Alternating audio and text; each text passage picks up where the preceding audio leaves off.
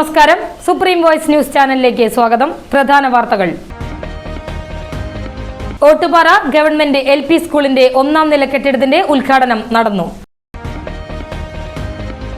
ഗുരുവായൂരിലെ ഐത്താചരണം ഭരണഘടനാ വിരുദ്ധം. കേരള യുക്തിവാദി സംഘം.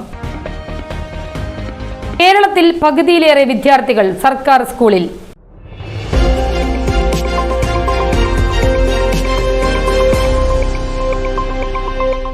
വാർത്തകൾ വിശദമായി. ഓട്ടുപാറ ഗവൺമെന്റ് LP സ്കൂളിന്റെ 1ാം നില കെട്ടിടത്തിന്റെ ഉദ്ഘാടനം നടന്നു. ഓട്ടുപാറ ഗവൺമെന്റ് LP സ്കൂളിന്റെ 1ാം നില കെട്ടിടം സേവ്യർ ചിറ്റിലപ്പള്ളി MLA ഉദ്ഘാടനം ചെയ്തു. വടക്കാഞ്ചേരി നഗരസഭാ ചെയർമാൻ PN സുരേന്ദ്രൻ അധ്യക്ഷനായി. പൊതുമരാമത്ത് കെട്ടിട വിഭാഗം executive engineer TK Santhosh Kumar report അവതരിപ്പിച്ചു.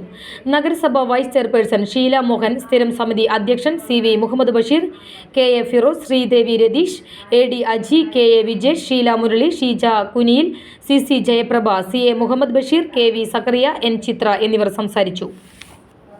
ഗുരുവായൂരിലെ ഐത്താചരണം ഭരണഘടനാ വിരുദ്ധം. കേരള യുക്തിവാദി സംഘം.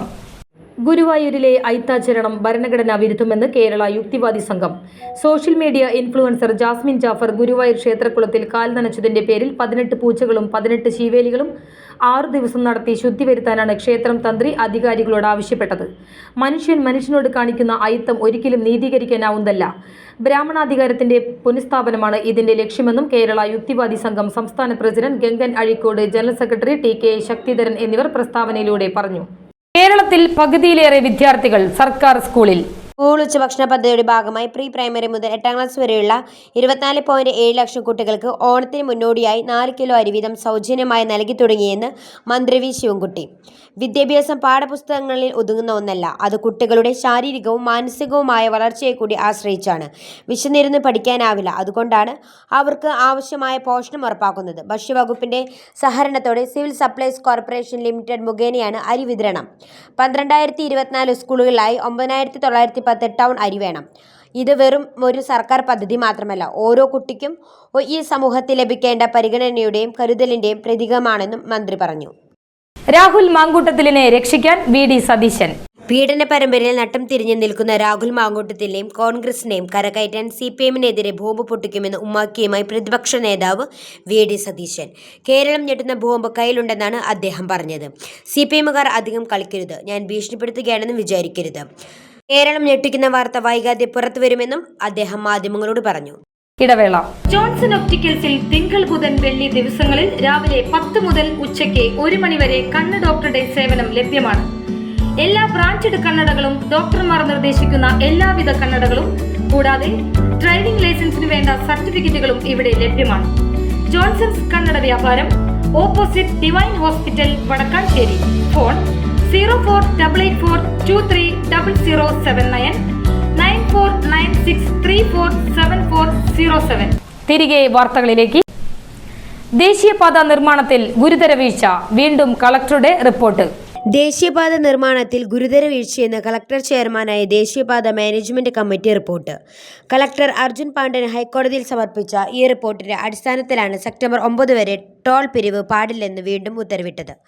മണ്ണുത്തി ഇടപ്പിള്ളി ദേശീയപാതയിൽ ആമ്പല്ലൂർ, പേരമ്പ്ര, മുരിങ്ങൂർ, ചിറങ്ങര എന്നിവിടങ്ങളിൽ അടിപ്പാതയും കൊരട്ടിയിൽ മേൽപ്പാലവുമാണ് നിർമ്മിക്കുന്നത്. പാലക്കാട് പാതയിൽ മുടിക്കോടും അടിപ്പാത നിർമ്മിക്കുന്നുണ്ട്. ദിവസവും 74,000 വാഹനങ്ങൾ ദേശീയപാത വഴി കടന്നു പോകുന്നു. പണി നടക്കുന്ന പ്രദേശങ്ങൾ ഒറ്റവരിയായതോടെ 54,782 വാഹനങ്ങൾക്കാണ് കടന്നു പോകാനാവുക. ഇതോടെ വൻ കുരുക്കുണ്ടാകുന്നതായി റിപ്പോർട്ടിൽ പറയുന്നു. അടിപ്പാത നിർമ്മാണത്തിന് യന്ത്രങ്ങളും തൊഴിലാളികളും കുറവാണ്.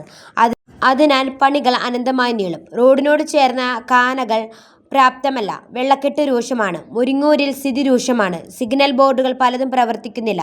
ഗതാഗത കുരുക്ക് പരിഹരിക്കാൻ വലിയ വാഹനങ്ങൾ വഴി തിരിച്ചുവിടുമ്പോൾ പഞ്ചായത്ത് റോഡുകളും കേടാവുന്നു. ഓണക്കാലത്ത് കൂടുതൽ വാഹനങ്ങൾ ഈ പാതയിലൂടെ കടന്നുപോകുമെന്നും രൂക്ഷമായ ഗതാഗത കുരുക്കിന് ഇടയാക്കുമെന്നും റിപ്പോർട്ടിലുണ്ട്.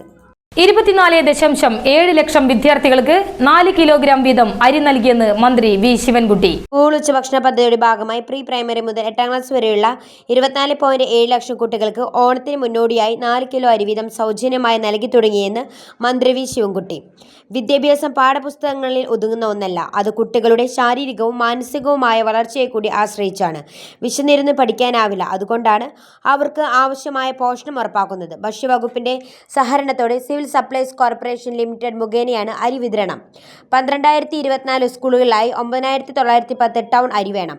ഇത് വെറും ഒരു സർക്കാർ പദ്ധതി മാത്രമല്ല, ഓരോ കുട്ടിക്കും ഈ സമൂഹത്തിൽ ലഭിക്കേണ്ട പരിഗണനയുടെയും കരുതലിന്റെയും പ്രതീകമാണെന്നും മന്ത്രി പറഞ്ഞു. GST പരിഷ്കരണം കേരളത്തിൽ 10,000 കോടി നഷ്ടമാകും.